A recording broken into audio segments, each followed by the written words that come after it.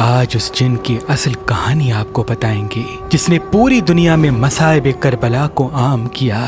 آج جس بھی مجلس میں یا جس بھی نوحے میں جو علی اصغر کے مصائب، علی اکبر کے مصائب، خیام کے اندر بیبیاں کس طرح سے رو رہی تھیں، وہ مصائب، مقتل گاہ میں کیا ہو رہا تھا، کس طرح سے آل رسول قیدی ہوئی، کس طرح سے رہا ہوئی، جو کچھ بھی پڑھا جاتا ہے وہ سب ظافر جن سے منسوب ہے۔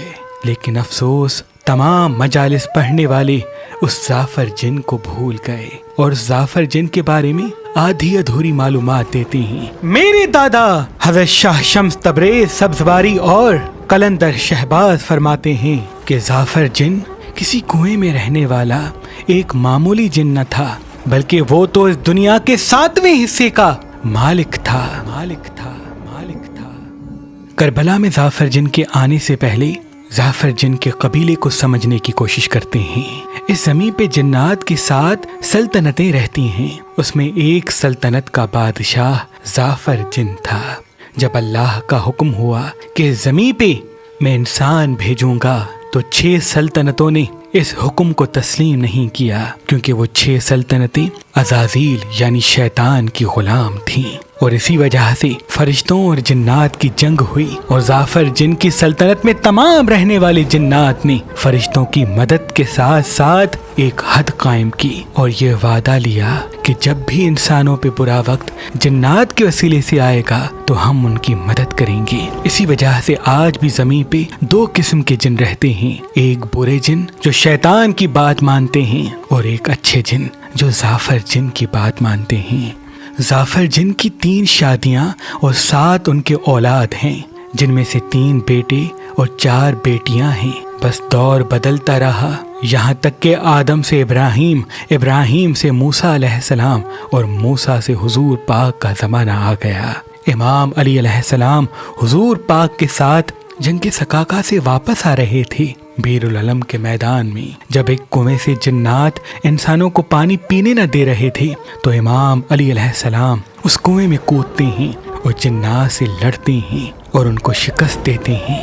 وہ کنواں عزازیل کی سلطنت میں آتا تھا، لیکن جیسے ہی ظافر نے یہ محسوس کیا کہ میرا مولا علی جنات سے لڑ رہا ہے تو فوراً اپنے جنات کے ساتھ اس کنویں میں داخل ہوتا ہے اور امام علی کی خدمت میں عرض کرتا ہے، اے میرے مولا، میرے لیے کیا حکم ہے؟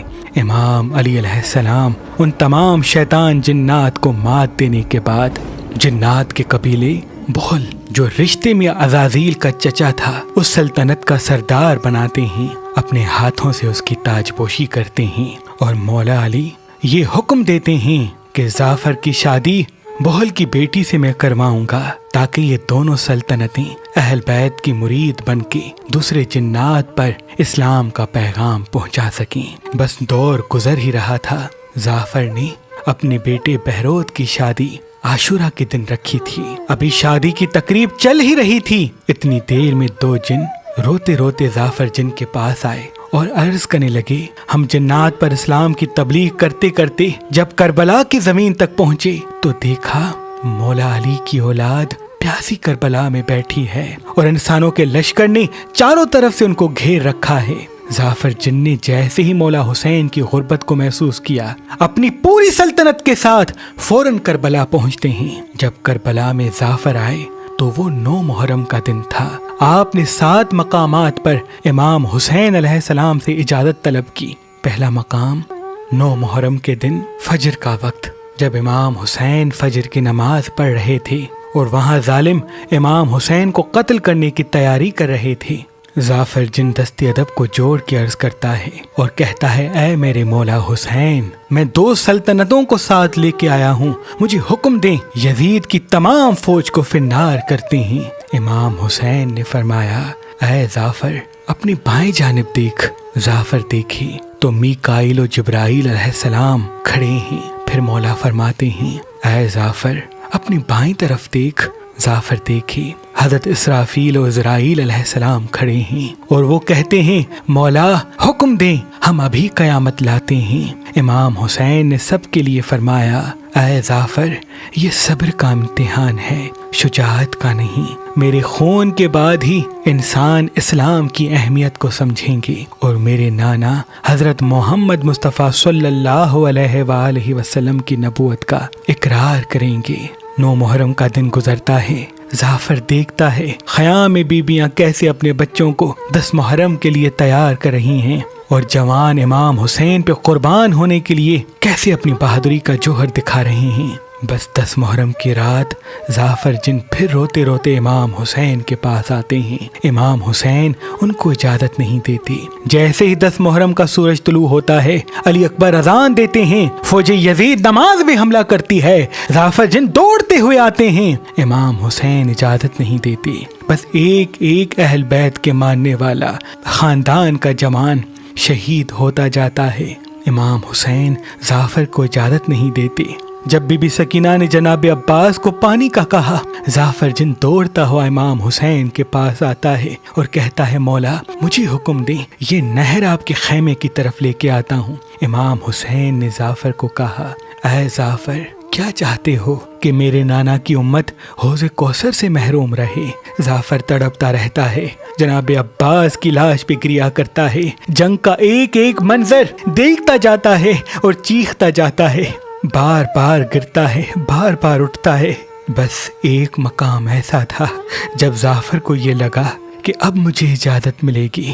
جب علی اکبر گھوڑے پہ سوار ہو کے میدان کی طرف جا رہے تھے اور امام حسین علیہ السلام اپنے بیٹے اکبر کو حسرت کی نگاہ سے دیکھ رہے تھے، جعفر خاموشی کے ساتھ امام حسین کے قدموں میں بیٹھ جاتا ہے اور کہتا ہے مولا یہ آپ کا وہ بیٹا ہے جس کے لیے بار بار آپ اللہ سے دعا مانگتے تھے کہ مجھے رسول کا ہم شکل عطا کر، آج وہ میدان میں کھڑا ہے، مولا مجھے اجازت دیں۔ امام حسین فرماتے ہیں میں نے اللہ کے دین کے لیے اپنا اکبر قربان کر دیا۔ بس جیسے ہی جناب اکبر کو برچھی لگتی ہے، امام حسین دوڑ کے شہزادے کی لاش پہ پہنچتے ہیں، ایک ہاتھ برچھی پہ رکھ کے جیسے ہی اللہ کا نام لے کے نکالتے ہیں، جعفر تڑپنے لگتا ہے اور امام حسین کے ہاتھوں پہ علی اکبر کا کلیجہ ہوتا ہے۔ بس مولا آخری حجت تمام کرنے کے لیے فوج یزید سے مخاطب ہو کے کہتے ہیں حل من ناصر ینصرنا، ہے کوئی مجھ غریب کی مدد کرنے والا؟ جعفر اجازت طلب کرتے ہیں، مولا حسین فرماتے ہیں میری یہ صدا صرف انسانوں کے لیے ہے۔ اتنی دیر میں 6 ماہ کا معصوم علی اصغر اپنے آپ کو جھولے سے گرا دیتا ہے۔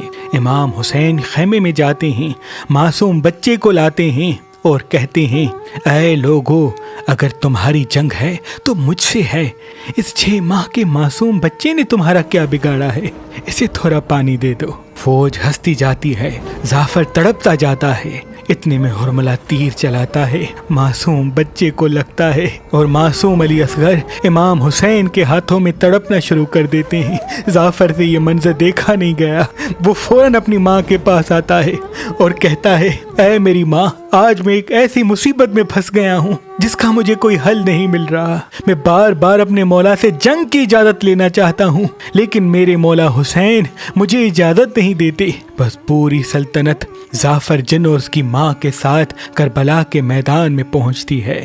تمام جنات دیکھتے ہیں کہ امام حسین لاکھوں کے لشکر کو فنار کر رہے ہیں۔ جعفر جن اور اس کی ماں امام حسین کے قریب آ کے عرض کرتے ہیں مولا ہمیں اجازت دیجیے۔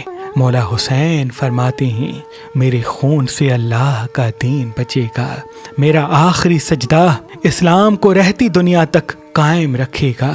اگر میری مدد کرنا چاہتے ہو تو میری غربت کی داستان کو میرے ہر اس ماننے والے کو بتاؤ جو مجھ سے پیار کرتا ہے، اور جب بھی میرے ماننے والے پر کوئی مصیبت آئے تو اس کی مدد کے لیے پہنچ جاؤ۔ جب جعفر تیری سلطنت میں رہنے والے تمام جنات میں سے کوئی ایک جن میرے ماننے والے کی مدد کرے گا میں سمجھوں گا تم نے میری مدد کر دی۔ بس امام حسین یہ کہہ کے آسمان کی طرف دیکھتے ہیں، اتنی دیر میں آسمان سے آواز آتی ہے، تمام فرشتے تمام جنات لرزنے لگتے ہیں اور امام حسین کے لیے عرش سے حکم آتا ہے کہ حسین تیرا اللہ تجھ سے راضی ہو گیا۔ امام حسین ذوالفقار کو تھام لیتے ہیں، چاروں طرف سے امام حسین پہ تیر چلتے ہیں، کوئی نیزہ مارتا ہے، کوئی بھالا مارتا ہے، کسی کے پاس مارنے کے لیے کچھ نہ ہوتا تو وہ کربلا کی زمین سے پتھر اٹھا کے مولا حسین کو مارتا ہے۔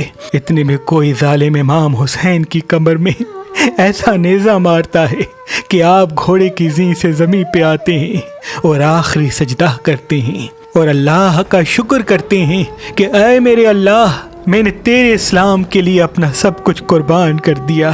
اور تب سے لے کے آج تک ظافر جن اور اس کی سلطنت میں رہنے والے تمام جنات زمین پہ پھرتے رہتے ہیں اور مولا حسین کے ماننے والوں کی مدد کرتے ہیں۔ جب بھی کوئی حسینی علم کے نیچے بیٹھتا ہے، مولا حسین کو یاد کرتا ہے تو ظافر جن فوراً اس کے پاس آتا ہے اور اس کی نصرت کرتا ہے، کیونکہ یہ ذمہ داری اس کو مولا حسین نے دی ہے کہ میرے حسینیوں کی مدد کرنا، اور مجھ پہ جو مصیبت اسلام کی بقا کے لیے گزری اس کا ایک ایک واقعہ میرے چاہنے والوں کو بتانا۔ سلام ہو ظافر جن پر، سلام ہو ظافر جن کی سلطنت میں رہنے والے تمام جنات پر۔ صدیوں پرانا ہم شمسی جعفری سادات کا خاندانی اثاثہ، روحانی طاقت والا حسینی عقیق، جس پہ خاص اسم اعظم دم کیے ہوئے ہیں، آج کل اور پرسوں کسی بھی پتھر کے ساتھ مہربان اسٹون سے مفت حاصل کریں۔ جب جب محرم آتا تو اللہ کے ولی حضرت شاہ شمس تبریز سبزواری حسینی عقیق پہ خاص اسم اعظم دم کرتے اور اپنے عقیدت مندوں کو کہتے، آج سے یہ عقیق اپنی شمس والی انگلی میں پہنا کرو، دیکھنا یہ حسینی عقیق تمہارے چاروں طرف ایک روحانی طاقت کو قائم کر دے گا۔ جہاں جہاں تم جاؤ گے تمہاری اہمیت لوگوں کے دلوں پر حاوی ہوگی، تمہاری باتوں کو لوگ تسلیم کرنے لگیں گے، اور ساتھ ساتھ نظر، حسد، ہر قسم کی نحس طاقت کبھی بھی تم پہ حاوی نہیں ہوگی۔ فتح و کامیابی کے راستے تمہارے ساتھ ساتھ ہوں گے۔